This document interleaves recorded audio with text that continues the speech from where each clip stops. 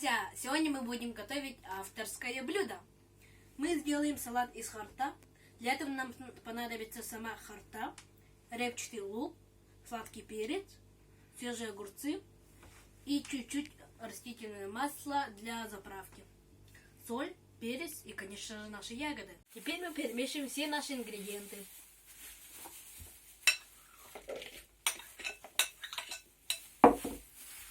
Овощи.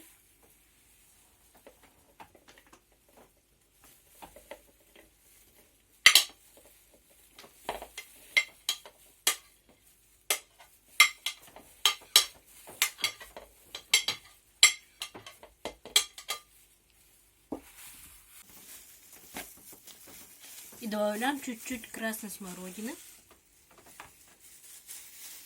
и брусники.